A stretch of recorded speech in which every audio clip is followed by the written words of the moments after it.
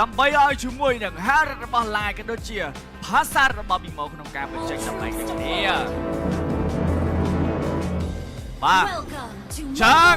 ក៏សូមស្វាគមន៍អ្នកទាំងអស់គ្នាមកកាន់គូទី2ក៏ដូចជាហ្គេមទី1រវាងធីម Flash Cake ប៉ះជាមួយនឹងធីម Mac បាទចូលមកភ្លាមជាមួយនឹងឆ្មាក៏ដូចជាសាក់សូសិតតែប្រភេទ Hero Assassin ដូចគ្នាចឹងការ farm អីរៀងបាក់ផាំងគ្នាទេមិនជាយើងជាងគ្នាអីប្រហែលទេបាទមកគួរសមមកលឿនស្កើតដូចគ្នាបាទអូដល់ហ្គេមនេះ Cypher មានអូយ៉ាទេកាមុននៅមេកណានៅមួយគ្នាណាបាទមកដល់ចង់វាយគ្នាបាទចាំភ្លាមជាមួយនឹងសាក់សូ farm បានលេវ4ឡើងហើយក៏ដូចជាជាមួយនឹងឆ្មានៅក្នុងហ្គេមនេះគឺរៀង farm លេតតិចហើយដោយសារតែគេមានជាមួយនឹងចោ head ចឹងគេ farm orange របស់ទុកចោលយកតែម្ដងយកតែ pop បើហើយទៅដល់គាត់នឹងលេត orange មួយទៀត level ធំយកតែម្ដងបាទភាពបាទចឹងភ្លាមលីហ្គេមហាក់ដូចជាស្ងប់ស្ងាត់តាមតែជាមួយតម្រងលេងធីមទាំងពីរដូចគ្នាផងដែរតែណាមិញចាំមើលជាមួយនឹងហ្គេមនេះតើឈានទៅដល់ late game សម្រាប់ Flash Cake ដែរទេបាទតែបើយើងនិយាយថា late វា hero damage late game ដូចគ្នាបាទចាឥឡូវជាមួយនឹងសាក់សូក៏ដូចជាឆ្មាព្យាយាម farm អាយ៉ាមកធ្នូភក់បានទៅលើឆ្មាបាត់ទៅហើយសាក់សូដោយសារបាយមិញជាមួយនឹងអេមយកអីទៅធ្វើការបើកមុខមិនសាក់សូ retreat បានហើយក៏ retreat ទៅថត spawn បាទអត់ទេចឹងមានបញ្ហាអីទេព្រោះថាដូចបាននិយាយជាមួយនឹងហ្គេមទី1នេះហាក់ដូចជាស្ងប់ស្ងាត់មែនទែនលេង safe play រៀងខ្លួនអត់មានវាយគេសំបីតាមកកន្លែងគឺអត់វាយយកទៅដល់ហ្នឹងបានសតហ្គេមមួយនេះបាទអត់ទេបើមិញបើយើងអាចនិយាយថាបានជាមួយនឹងការអត់ចាយរីត្រីហ្នឹងដោយសារតែអត់ដឹងទៅឆ្មានឹងដែរបាទចាំភ្លាមជាមួយនឹងការតេស្តយកថតយកតែម្ដងជាមួយនឹងថតទី1នេះការ farm ចេញពី jungle ទាំងសងខាងដូចជាមិនទាន់ចង់បានជាមួយនឹងថតទេហ្គេមនេះអារម្មណ៍ថាស្ងប់ស្ងាត់មែនទែនជាមួយនឹង team Make ហើយនិង team Flash Cake បាទចឹងអស់ចូលជាមួយនឹងទី Cypher ក៏នៅក្បែរនឹងដូចគ្នាតែអត់ទាន់គ្រប់ level 4ទេក៏ដូចជាឆ្មាតែជាមួយនឹងថតទី1ប៉ុន្តែមើលអែមយក ATM ក៏នៅក្បែរនឹងដូចគ្នា4ទល់នឹង3ហើយយ៉ា4ស្មើមកហើយចាំមើលការ retrieve យោសាន King Airy level 4 M យក ATM level 4ដូចគ្នាប៉ុន្តែមានការ reset ជាមួយនឹងថតទី1អត់ទាន់ហ៊ានប៉ះគ្នាទេ team ទាំងពីរបាទនេះយើងស្ងប់ស្ងាត់មែនតើជាមួយនឹងហ្គេមទី1របស់ពួកគាត់បាទតែសាក់ស៊ូដូចរៀងតែមជាងឆ្មាដោយសារតែអេបាឆាបាទដោយសារតែសាក់ស៊ូគាត់បានជាមួយនឹង2បើហើយបាទតែឆ្មាគាត់នៅកន្លែងតែហូលចុះហូលឡើងអត់មានតន់បានយកប៉បើទេហ្នឹងតែឥឡូវទៅទៀតហើយមើលជាមួយនឹងសាក់ស៊ូគេដឹងបើសិនជាឆ្មានៅបន្តការចង់បានថតមើលសាក់ស៊ូលួចបាទសាក់ស៊ូបាទលួចបានអូបាទថតនេះគេសុទ្ធចិត្តហូលចោលហ្មង Yes nó cái đa pha mà trông do bằng chấm đánh lơ câu chấm đánh cho tam đó vì ngoài cho vào team mẹ dạ về rắm thêm tiếng pi đôi chỉ ắt toàn bán vậy thật thò thì bà farm do chúng mình được objective do là vậy do tam đó chúng mình trang có tiền con hàng rồi dương mà chúng mình số xa số là về phật lấy bà máu lên chạy tìm dùng sẵn muốn bông ăn thật thò ra dương mà chúng mình được cao bọc ao tại bao sai với mình cao mặt cho tam đó chúng mình được cao grand tepi Airy first blood ban từ lời chúng mình được cyber mình cao mặt bong do tam đó đây chúng mình được King Airy mình cao đánh quay do tam đó pi tôi là muối toàn mình chop chúng mình được cao độ thôi mà mình phòng này cao set up mình team max set up sát đó này đây là bây giờ có trâu quay có bọc quay từ lời này pin mình có lock từ lời ti khang phi chúng mình hai đai mà cho bà con bàn bạch bà ai ya chụp chúng mình stand chạy phi cơ muối pi A thì âm cái đôi chúng mình cao độ thôi ọt bánh hè đâyสำหรับ A เดี๋ยวkhôngการ perform แต่เลย heal ด่าบ่แกนี่ไว้ที่นี่แต่เอาสิเทวบ่แล้วมีการโชว์เมาส์มวยในการยกช่างก็มาหมุนกรอบเตียนมาได้ปีสะสู้ในក្នុងเกมនេះដូចជាមិនសូវជាសង្គ្រឹះថ្មីឯប្រហែលទេបាទមកល្មមមកវាយយកទៅ objective ក៏ដូចជា farm យក level តែម្ដងម៉ាត់យកតែម្ដងពីទេធ្វើការកាប់អាស្គីយកតែម្ដងឲ្យយ៉ាឡមែនទេពីឆ្មាធ្វើការកាប់ជាមួយនឹង stand ក៏ដូចជាបានគៀទៅលើ oxygen ទេបាទចាំជាមួយនឹងការបោកវាយយកតែម្ដងឲ្យតែឃើញ map cypher តាញ៉ៃជាមួយនឹងការបាត់ចេញពីទីមកវិញដូចគ្នាបាទចឹងហ្គេមនេះហាក់ដូចជាផ្អៀងមកខាង team Flantic ដែរភ្លាម4នាទីដំបូងវាយតែ2 kill អីទេបាទ2 kill តែណាមិញជាមួយនឹងការនាំមក goal ដូចជាមិនសូវច្រើនដែរដោយសារតែមុននឹង join team fight មួយសាក់ស៊ូតែ farm បានមុននោះសាក់ស៊ូតែ clear lane មុននឹងវាយគ្នាដូចគ្នាប៉ុណ្ណាអញ្ចឹងបើពេលដែលគាត់ដាច់ឬមិនដាច់នៅក្នុង team fight ក៏គាត់បានធ្វើអ្វីដែលគាត់ត្រូវធ្វើហើយអញ្ចឹងធ្វើឲ្យ goal នឹងវាអត់កម្រិតគ្នាបាទមកតង់ទៅអត់សាក់ស៊ូអត់ដែរវាយទេអត់វាយទេហ្គេមនេះអត់វាយទេបាទអត់វាយ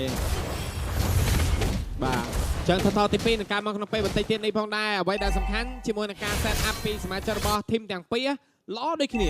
ទាំង flash ទាំង team max សិតតែ set up team fight ល្អដូចគ្នាបាទតែមិនដោយសារតែ team max អាចនិយាយថាគាត់ផ្ដោតទៅលើទីខ្លាំងពេកជាមួយហើយតែគាត់ថងណាបាទចឹងចាំមើលជាមួយថតទី2ម្នេះថតទី2 game នេះអាចមានតែ3ថតតែ2ថតទេបាទ2ថតទេกับសប៉ោងមួយបាទហើយមើលថតតាគូបាទចាឥឡូវភ្លាមតែយកថតយកតែម្ដងតែយកមើលជាមួយនឹងទីក៏មានការបាត់ map ចាយ flicker មួយមិនអាចពីទីក៏ដូចជាមានការម៉ាត់យកតែម្ដងតែម៉ែពីមីមកទីអត់មានបញ្ហាជាមួយនឹងការដាក់ជាមួយនឹងទីបាទហើយចាយ flicker មួយជាមួយនឹង Cypher បោះទៅលើឆ្មាម្ដាយឆ្មាធ្វើការកាប់ពេញទៅលើមីមកចាយ flicker មួយ skill បានគៀទៅលើជាមួយនឹង Donut មានការទិញវាយជាមួយនឹង King Area យកតែម្ដង King Area អាចចង់ទៅណាក្តោបមួយប៉ោងមកគ្រាប់ចុងក្រោយ double kill Sky Pacer 10 stack ក៏ដូចជាកន្លែងនេះជាមួយឆ្មា retreat យកជាមួយនឹងថតទី2បានហើយតែយកមកជាមួយនឹងសាក់សូយក orange បានដកថយលឿនឆ្កើយកទៅដល់ទទួលស្គាល់ការវាយបែបនេះចំណេញជាងគេគឺសាក់សូដែលគាត់ flank ក៏ប៉ុន្តែឆ្ងល់ថា team max ហេតុអីផ្ដោតទៅលើទីខ្លាំងម៉េះពី team fight ណាដែលគាត់ផ្ដោតទៅលើតែទីសុទ្ធនោះបាទចង្ការ game plan គាត់មកអញ្ចឹងហ្នឹងអាច game plan បាទgame plan គេមកគេថាទីជំនះshort call ជំនះអីចឹងគេវាយបាក់ short call អញ្ចឹងណាបាទចាឥឡូវមានការដោះដូរជាមួយនឹង trade មួយប៉ុណ្ណាបន្តម្លេះក៏មានការបាត់បង់ហើយពី team flash cage ប៉ុន្តែជាមួយនឹង team ម៉េចក៏បាត់បង់ជាមួយនឹង top lane ដូចគ្នាជាមួយនឹង team 1តែបើរុញឲ្យ flash គាត់មាន early game ប្រយ័ត្នគេ snowball បានមុនណាហើយណាមួយគេមាន oxygen ដែលគាត់លេងទៅលើ Cecilian អាចឈានទៅដល់ late game ឬកាន់តែខ្លាំងបាទអូយទៅហើយ Bimo ជាប់មកកឹបសាក់ប៉ោងក៏ដូចជាមានការបើក ultimate យកតែម្ដងពី oxygen ប៉ុន្តែ Bimo ធ្វើការបើកឆាកមួយហោះលឿនស្កើតយកតែម្ដងពី Bimo Cypher ដូចអត់មានបានចាប់គេច្រើននោះទេពី Cypher បាទ game នេះអាយ៉ាណាមួយស្មើមកពីទីដែរទីគឺបើក map រត់មើលឃើញ Cypher លោតហើយបើឃើញ Cypher ក៏ចាប់វាយយកហ្មងបាទនិយាយថាទីដឹង map បាទឥឡូវជាមួយនឹងការម៉ាត់ Cypher ចាញ់មួយចូលជាមួយនឹងការពួនខ្លួនឯងទៀតនេះបាទអស់អូលមួយសាក់សូតែសវិទីមិនឡតចាញ់មកតែ early game នឹងការលេង 1600 goal ពី team flash គឺប៉ិតល្អមែនបាទ team max ក៏មកឡតអីមិនវាយគ្នាបានព្រោះគាត់ធ្វើការ line មាន damage ដែរព្រោះ early game បច្ចុប្បន្ន Donut ក៏មានជាអាសា KD គាត់ 2-0 មក2-0-1បាទ Sky Pacer stake អាចមាន10 stack ទៅហើយទីធ្វើការចាប់ជាមួយនឹង King Area យកដល់ជាមួយនឹងការម៉ាត់ចុច special មួយតែអាចមានការដាច់យកដល់ជាមួយនឹង Donut ធ្វើការបង្ហើយលុយរាយពី Donut Ultimate cover ពី Bimo នៅតែមកជួយមិនបានដូចគ្នាព្រោះដោយសារមិនបានជាមួយនឹង team make play ចេញ cancel ដាក់300យកតាមដល់ជាមួយនឹងការកឹបសាក់ប៉ោមួយទៅលើ line អូយ line អីយ៉ា line អញមានបញ្ហាណា line កុំលេងសើចជាមួយនឹង Donut Ultimate ឈឺខ្លាំងមែនតើព្រោះឥឡូវជាមួយនឹង Sky Pacer របស់គាត់គឺ20 stake បាត់ទៅហើយពី Donut អូយCypher ចាញ់ game play របស់ team មែនបាទជាមួយនឹងឡតទី1តែយកតែម្ដងពី Flash KH Cypher មកឲ្យធ្វើការបុក Ultimate យកតែម្ដងទៅលើ ATM តែអត់មានបញ្ហាជាមួយនឹងការចាយ flicker មួយពី ATM រត់លឿនឆ្កឹកក៏ដូចជាឡតទី1បានទៅលើ Flash KH អូយ game នេះ Flash គឺលេង smooth ខ្លាំងមែនទែនបាទ Cypher អត់ต้องហ៊ានចាប់អីចាប់មកគេ flick ទៅវិញបាទតែពួកគាត់មាន damage បោកតែតាមពិតមានផាសាមានជាមួយ Nolan ហ្នឹងសាបុកដៃតែឡៃសាក់សូគាត់បកកែក្នុងការ farm លួចរហូតស្វានៅក្នុង game នេះបើបានក៏បានតែ1 បើហើយណាតែងាយបាន2 បើណាតែបច្ចុប្បន្ន9នាទីត្រឹមឡតទី1ការលេខត្រឹមតែ 2k goal ដូចជាមិនលេខអីច្រើនគ្រាន់តែថាអាយ៉ា midland ឆាយបាទអូទៅហើយជាមួយនឹងការចាប់បោះយកតាមដងជាមួយនឹងការម៉ាត់តែអត់មានបញ្ហាជាមួយនឹងការចាយ flicker តែយកមកជាមួយនឹង ADM ក៏មានការទៅយកតាមដងកាប់ពីឆ្មាធ្វើការខ្វាយទៅលើ King Area តែអេងរេអត់មានបញ្ហាទេរៀងតាន់ដែរក៏ដូចជា Bimo អាចជាប់កឹបសាក់ប៉ោងលប oxygen ឡើយនឹងយើងឃើញអាពេលដែល Cypher គាត់ហ៊ានលេងហ៊ាន pick off ណាទោះបី ADM ជា front line តែតាន់មួយក៏នៅតែដាច់អត់តែមិនដោយសារតែលើកទី1ចាប់ទៅគេ flick បាទអានេះអាចនិយាយបានថាប្រហែលជាមកពី team max គេមាន face game របស់គេដឹងនៅតារាសនៃ power spike របស់គាត់នៅពេលណាបើថា damage ដល់ពេលណាបាទគេជុំវាយគ្នា commit វាយយកមកនេះអាចអញ្ចឹងមកណាមើលតើគេដែរ Cypher បណ្ដាមានការ make play ចេញពីទីមុនយកទៅដល់ជាមួយនឹងការបោះ ultimate ពី Bimo អត់មានបញ្ហាដែរតែជាមួយនឹងឆ្មាបាត់បង់បាត់ហើយឆ្មាអើយយកជាមួយនឹង King ឯនេះក៏ទៅនៅគ្នាកន្លែងនេះជាមួយនឹងសាក់សូធ្វើការផ្ដាច់ជាមួយនឹងទីបណ្ដាចុងក្រោយចាយ flicker កំសាប៉ាពី oxygen ធ្វើការដេញមាច់យកទៅដល់ជាមួយនឹង Donut អត់បញ្ហាទេមាន flicker ដែរទេពី Bimo ធ្វើការម៉ាត់ ultimate មួយផងដែរពី Donut អាយ៉ាអីដាំDonut តែសត down អាងឹតមុខឆើងបាទដាច់2ស្មើនៅបន្តការ team fight ដូចគ្នាផងដែរតែដូចតែបាននិយាយជាមួយនឹង game មួយនេះនៅពេលដែល Cypher គាត់ហ៊ានលេងគាត់ហ៊ានបោកទូ3 4នៅណាក៏ដាច់ដែរណាមួយមិនមែនជាមួយនឹង BMO គាត់អត់បាន target នៃការ lock របស់គាត់គឺទៅលើ Donut ទៀតគាត់បានភុកទៅលើ Donut ដោយសារតែគាត់ចង់ pick off ទៅលើ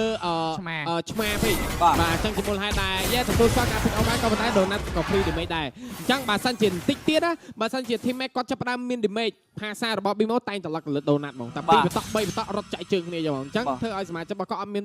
damage គេបុកគេស្រួលវាយដូចគ្នានេះគេមាន spell flicker ពី ATM បាទអញ្ចឹង Cypher អត់មាន spell នោះទេគួរសម្រាប់ចិត្តឲ្យច្បាស់អូយ check map ល្អមែនតើពីដូនណាអូ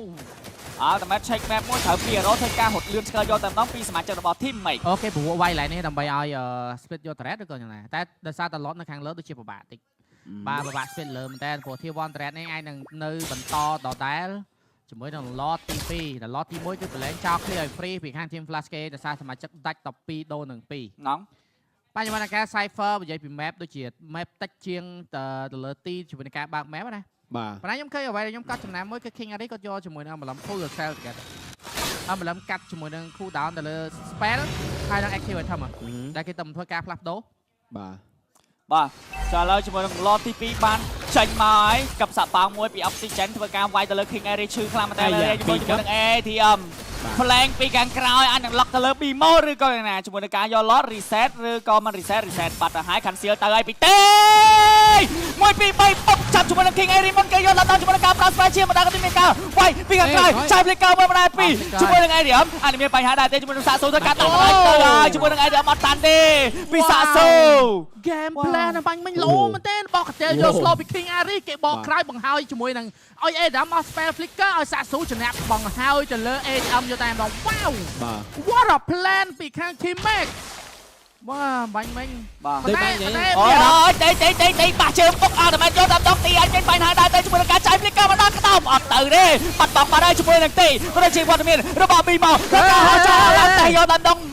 លក្ខណៈថារៀងខ្នាញ់នៅជាមួយដូណានេះក៏ប៉ុន្តែដូចបាននិយាយពីធីមនេះgame plan គឺច្បាស់ដូចគ្នាស្អាតដូចគ្នាមុនធ្វើមួយគឺគេ set up មកស្អាតដូចគ្នាបាទល្អមែនតើជាមួយនឹងការ set up មិនមែនជាមួយនឹង Cypher ដែលគាត់បោះទៅលើ ATM ដូចដំបងកាកាបាននិយាយមិនបោះ ATM មិនបោះទីបាទទីហើយបោះជាមួយនឹង ATM ក៏ដូចជា load បានទៅលើជាមួយនឹង team mate បាក់ ultimate cover គ្នាយកតាមដងពី King Ari look at communication communication នេះសាហាវបងដូចតែបាននិយាយជាមួយនឹង team match season នេះมันអាចមើលម្លងបានទេបាទมันអាចមើលម្លងព្រោះការលេងរបស់គេយ៉ាងល្អដូចគ្នាណាមួយយើងឃើញជាមួយនឹង speed farm របស់សាក់សួរលឿនជាងឆ្មាហ្នឹងបើយើងកន្លែងមើលលុយលឿនជាងលុយដាច់ 2000 លុយទៅលើឆ្មាទាំងដែល go មុនហ្នឹងគាត់ចាញ់ទៅលើ team Flash ណាបាទឥឡូវជាមួយនឹង team 1យកបានហើយពីវត្តមានរបស់ team Make អានមានបានយកជាមួយនឹង T2 បន្ថែមទៀតទៅហើយ Cypher ជាប់មួយម៉ាត់របស់ទីបណ្ដាបុកជាមួយនឹង RT មិនអត់ចាញ់ទេជាមួយនឹងការបុកបណ្ដាទៀតបណ្ដាពីទីធ្វើការជាមួយនឹង cover ដូចគ្នាគេបេតនោះទេ lot នេះយកបាន tier 3គឺជាផលចំណេញមានការកាក់មីនៀននៅខាងលើ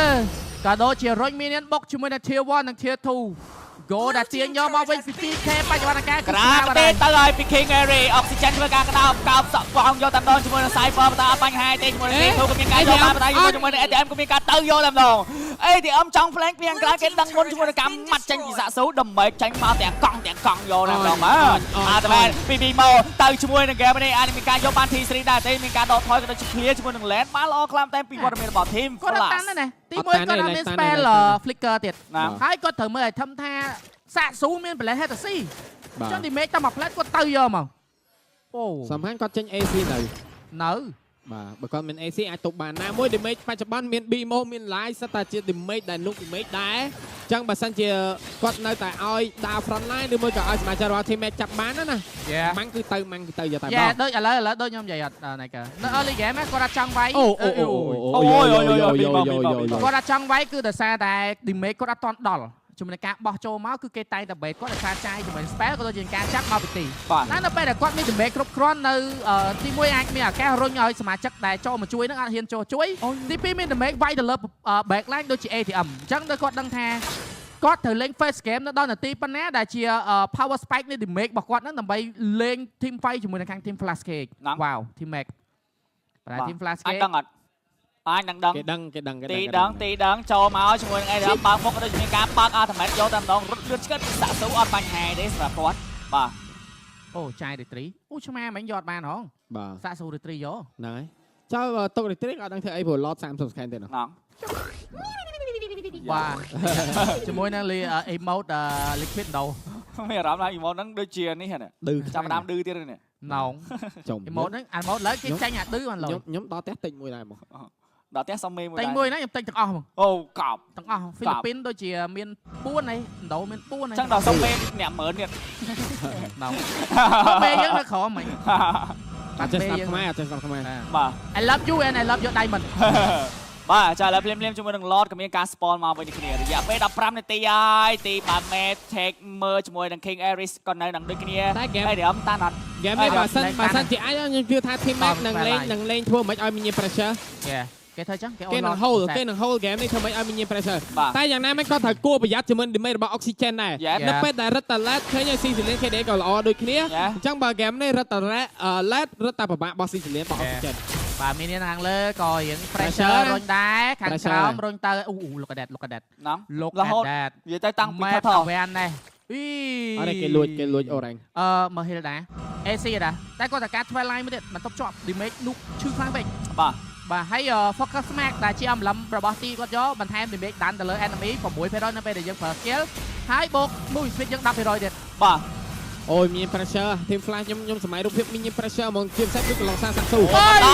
បាត់តងអីទេអមអានេះមានបញ្ហាដែរទេជាមួយនឹង King Aris ជាប់ជាមួយនឹង stand back អត់ទីអត់បាត់ហើយ ultimate ពី King Aris ធ្វើការវាយទៅលើ ADM យកតែជាមួយនឹង2 Monokin ធ្វើការដាក់ ultimate តែមានការចែក flicker លឿនស្កាត់យកទៅដល់ ultimate ពី Donut ធ្វើការដាក់ជាមួយនឹង King Aris ទីលំខ្លួនបាត់ក្តាប់ដៃយកទៅដល់ជាមួយនឹង K1 ខ្លួនឯងតែសាក់ស៊ូចូលទៅដល់ទីលំសាច់ជាមួយនឹងការផ្ដាច់ទៅលើទីដូចគ្នា អូចិត្តត្រជាក់ដូចគ្នាប៉ុន្តែនៅតែលងទីមួយដ អូ ដែល យខក្រោម អូយល្អដូចគ្នាដូចបានទេគេcomplete គេ complete ទីងទៅហើយអ៊ីអុកស៊ីហ្សែនមើលម៉ែផងអុកស៊ីហ្សែន ហ្វាស់ឡរហើយ អុកស៊ីហ្សែនមួយ បាទអីធ្វើការបើក map អានឹងហ្វាស់ឡរដែរទេក៏ដូចជាកន្លែងនេះជាមួយនឹងវត្តមានដូចឆ្មាក៏នៅនឹងដូចគ្នាតើហើយបងអត់តែយកតំណចាប់ទៅលើអីដល់មុនគេអត់មាន flicker ទេជាមួយការដាច់យកតំណពីឡាយធ្វើការវាយយកជាមួយនឹង Lord retrieve user បានលើសាស៊ូ នេះហើយអ្វីដែលខ្ញុំនិយាយថាធ្វើទាំងពីរ plan game មានដូចគ្នាឃើញអត់មិញគេមានឱកាសហ្វាស់ឡតតែអត់ហ្វាស់ឡតទេព្រោះដឹងថា ATM នឹងចូលមក ហ្នឹង ចឹងគាត់ថា ATM រត់ចូលអៀង over បន្តិចផ្សាយផងបុកម៉ាំងបោះពង pick ឲ្យយកបងគាត់ថាអស់ ATM មកទេអាហ្នឹងដើម 100% ជួបានឡតយក Oh my god បាទជាមួយនឹង team ដែលមាន strat ច្បាស់លាស់ទាំងពីរហ្នឹងបានយើងឃើញសាច់ game របស់ Mobile Legends ល្អមើលត្រង់ហ្នឹងបង បាទតែឆ្ងាញ់ គូល្អមើលចឹងឥឡូវតាមតាគូតែគូល្អមើលមើលមួយផ្លែដឹង8nămទីអត់មើលអត់ដឹងទេ អត់ដឹងទេយ៉ាង8 10ទីដូចមួយ plate ហ្នឹងហើយយើងមើលទៅជក់ចិត្តពេក គូមិនល្អមើល ហេមានណា សេយកអន់ពេក អូខេ បាទចាឥឡូវភ្លាមជាមួយនឹង Lord តាមផ្លូវតំលែងក៏ដូចជាវត្តមានរបស់ Cypher បាក់ ultimate យកទៅដល់ពី King Aris ធ្វើការ cover ទៅលើ Donut ធ្វើការ clear lane មកលេទេ Cypher គេចុច conceal មកហើយទៅហើយពី Cypher បុកអត់ទីឬក៏បុកទេជាមួយនឹងការបាក់ ultimate យកទៅដល់ពី Mode ធ្វើការ noise ក៏ដូចជាកន្លែងនេះជាមួយនឹង ATM ក៏មានការបាត់បង់យកទៅដល់អា clear lane បាន free ឬក៏យ៉ាងណា Minion តាមមកផ្លូវ mid lane ជាមួយនឹង T3 ក៏មានការកោះយកទៅដល់ពី Team Make អាចកោះបានឬក៏បាន option ធ្វើការក្តៅមួយជាមួយនឹងការ clear ក៏ដូចជាកន្លែងនេះជាមួយនឹងការបាយ T3 នៅផ្លូវ mid lane ក៏ជា T3 នៅខាងផ្លូវ top lane អាចនឹងបន្តការយកបន្ថែមទៀតផងដែរមកដៃចុងក្រោយបាយអស់3ផ្លូវបាត់ហើយសាក់ស៊ូបាត់តង់ទៅលើជាមួយនឹងការបាយទៅលើឆ្មាដៃឆ្មាចូលដល់ក្នុងផ្ទះក៏ដូចជាការបាក់អាទីយកទៅដល់ចាំដល់ណាត់ Winter Cloud ជាប់ឬក៏ជាប់តូនណាត់បាយទៅ GG ហ្គេមទី1ក៏បានដល់ Team Mac អត់អាចលេងសើចបានទេដោយតែបាននិយាយ